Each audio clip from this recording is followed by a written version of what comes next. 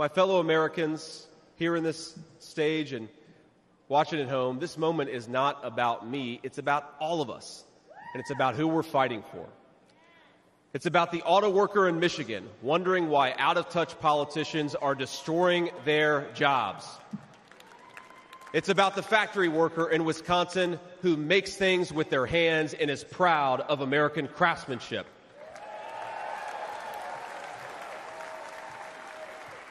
It's about the energy worker in Pennsylvania and Ohio who doesn't understand why Joe Biden is willing to buy energy from tin-pot dictators across the world when he could buy it from his own citizens right here in our own country. And it's about, our movement is about single moms like mine who struggled with money and addiction but never gave up. And I'm proud to say that tonight my mom is here, 10 years clean and sober. I love you, Mom.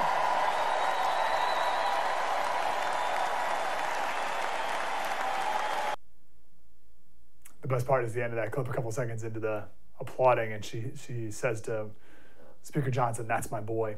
Josh Hammer's here. He's the host of America on Trial. Please download that and listen everywhere you listen to podcasts. Josh, I want to start off first with giving you the opportunity to respond to our previous guest, David Bloomquist. He's a radio show host out of Cleveland. And his argument was that JD doesn't do anything for the votes that Trump doesn't already have, and that the base, no matter what Trump does, will always vote for Trump. But what about XYZ people who don't vote? This VP pick did nothing to appeal to them, just another white guy from Ohio. What do you say to that? Yeah, Mike, with respect to my fellow guests on this wonderful show, I think that's totally off base, and I'll explain to you why. So if you actually go back to the 2016 exit polling and you compare it to 2020, Donald Trump actually made inroads in virtually every slice of the electorate between 2016 and 2020. He actually increased his margins, relatively speaking, with Black voters, Hispanic voters, millennial, Gen Z, young voters, basically every possible intersectional identity slice of the American electorate, Mike, except for one group. The only group that Donald Trump actually lost support from 2016 to 2020 was the people who actually elected him in 2016, namely white, working class, and middle class voters. He had a skyrocketing margin, victorious, obviously, in that particular demographic in 2016. He won by a considerably smaller margin in 2020. The path to victory in the 2024 election, just based on a pure electoral college map, runs through those voters. Already, Republicans are increasingly peeling away, again, young Black males in particular, but really just young voters in particular. I saw a poll just a few days ago from, it was a well-known pollster, I can't remember exactly who it was, showing that the 18 and 35 demographic right now is actually Trump's up by like 15. So he's doing well in all of these other demographics that were part of the Obama coalition. He needs to re-solidify his actual base. There's no one better to do that than J.D. Vance, the guy who literally wrote Hillbilly Elegy, the guy whose worldview, not just his rhetoric, but his actual approach to economics, his political economy, the guy who is constantly talking about reshoring manufacturing jobs, tariffs, industrial policy. He walked a picket line with UAW. He doesn't just talk the talk, he's actually legislated the walk in his brief time in Congress, including after the East Palestine, Ohio train derailment. He had a common sense legislation to regulate the railways a little more out of concern for the workers, the people who live there. So he is repeatedly bucking, I think, Republican establishment talking points when it comes to the manifold failures of neoliberalism and globalist economics, because, again, he has seen that with his own eyes. And last thing I'll say, Mike, just, again, looking at the Electoral College math, these Sunbelt states, Nevada, Arizona, Georgia, are increasingly at this point, again, it changes with Kamala and potentially, we'll see. But as of now, a lot of these states in the Sun Belt are outside the margin of error. Those Rust Belt states actually still are within the margin of error for the most part. The path to the 2024 election still runs through Ohio, Pennsylvania, and Wisconsin. And I literally cannot think of a better person to do that than the one who has not only walked that walk, but since his time in Senate is increasingly talking that talk as well. He needs to go back and re-solidify the 2016 coalition. J.D. Vance is the guy to do it, I think. Okay, so it's interesting. So his argument was, if you talk to any campaign advisor, whatever, you need to start appealing to independents. But your argument is Trump's already doing that. What he really needs to do is shore up his base. Yeah, I think that's exactly right. So look, independent voters for the most part, Mike, right now, I mean, they view Joe Biden and Kamala Harris as essentially being as popular as venereal disease. I mean, these are not particularly popular candidates right now. I mean, they are woefully unpopular. They both have a roughly average approval rating of 38% in the 538 polling average last I checked there. They are already going to Trump in spades relative at least to the 2020 election. Again, the only demographic subslice of the American electorate who actually decreased their share voting for Trump from 2016 to 2020 is white, working class, and middle class voters.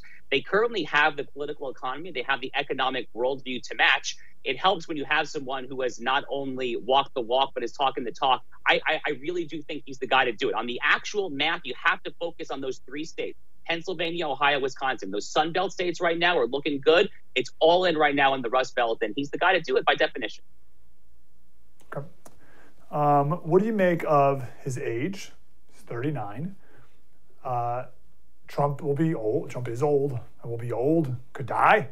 And he doesn't have the experience to be commander-in-chief, which should be a prerequisite. What do you make of that? Well, first of all, he's the first veteran. I mean, he's the first veteran. He's a U.S. Marine. I mean, he's the first veteran who's either president or vice president, potentially to be there in a very, very long time, actually. So I think that is, immediately something that ought to be qualifying in a potential commander-in-chief. More generally, when it comes to JD's age, I think that is actually a selling point, not a drawback. You have someone who is, quite literally half the age of his running mate, Donald Trump, and less than half the age of Joe Biden and still multiple decades younger than Kamala Harris.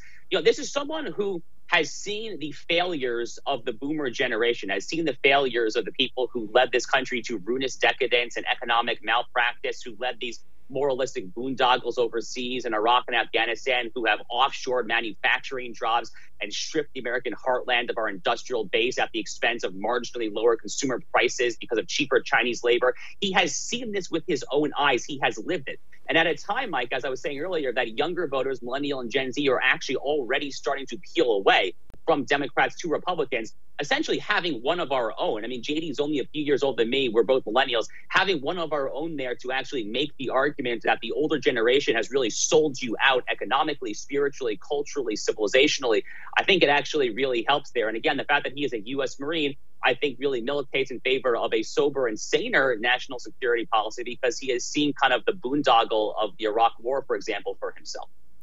Yes. Go about 2 minutes. Do you trust him in light of things he said about Trump back in 2016? Is he just being an opportunist, saying whatever it takes to get this job?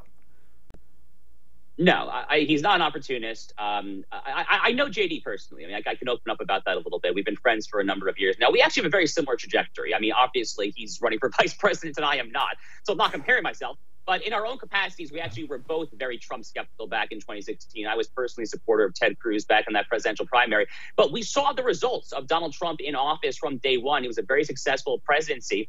And, as Trump started talking more and I started doing some of my own thinking and research and all of that stuff, I kind of came to the realization that he was really right. He was totally correct about the ways that neoliberalism and globalism have ultimately redounded against America's national interests from both a national security and an economic perspective. I think that J.D. Vance had a very similar kind of political maturation moment there over the course of those few years. He converted to Catholicism back in 2018 or 2019. I think that probably had a lot to do with it as well there. So we kind of have similar kind of trajectories here. But more generally speaking, Mike, when it comes to someone who has his finger on the pulse as to where the American right is right now, this post-2016, post-Trump American right that is more nationalist, more populist, less wedded to abstract dogma and laissez-faire neoliberalism than the Republican Party of 40, 50 years ago, he is the guy who I have literally spoken at conferences with him. He sees it, he gets it, he thinks it, and most importantly, Mike, he has lived it. He has literally lived that life. He's a good guy. He's a great dude. We both spoke at this one conference in Steubenville, Ohio in October 2022. I actually wrote this in my recent syndicated column. We got dinner beforehand at kind of this hole-in-the-wall Italian place. What's he doing, Mike, before his keynote speech at this conference? He downed 2 or 3 Miller Lights. I mean, he's one of us. He's a dude. He is a bro. I mean, he's someone who served in the Marine Corps. He's a young guy. He's got a great, beautiful young family. He's a good dude. He gets it. Yeah, very good. Josh Hammer, America on Trial. Listen to that podcast whenever you can. Josh, good to talk to you, brother. You too, Mike.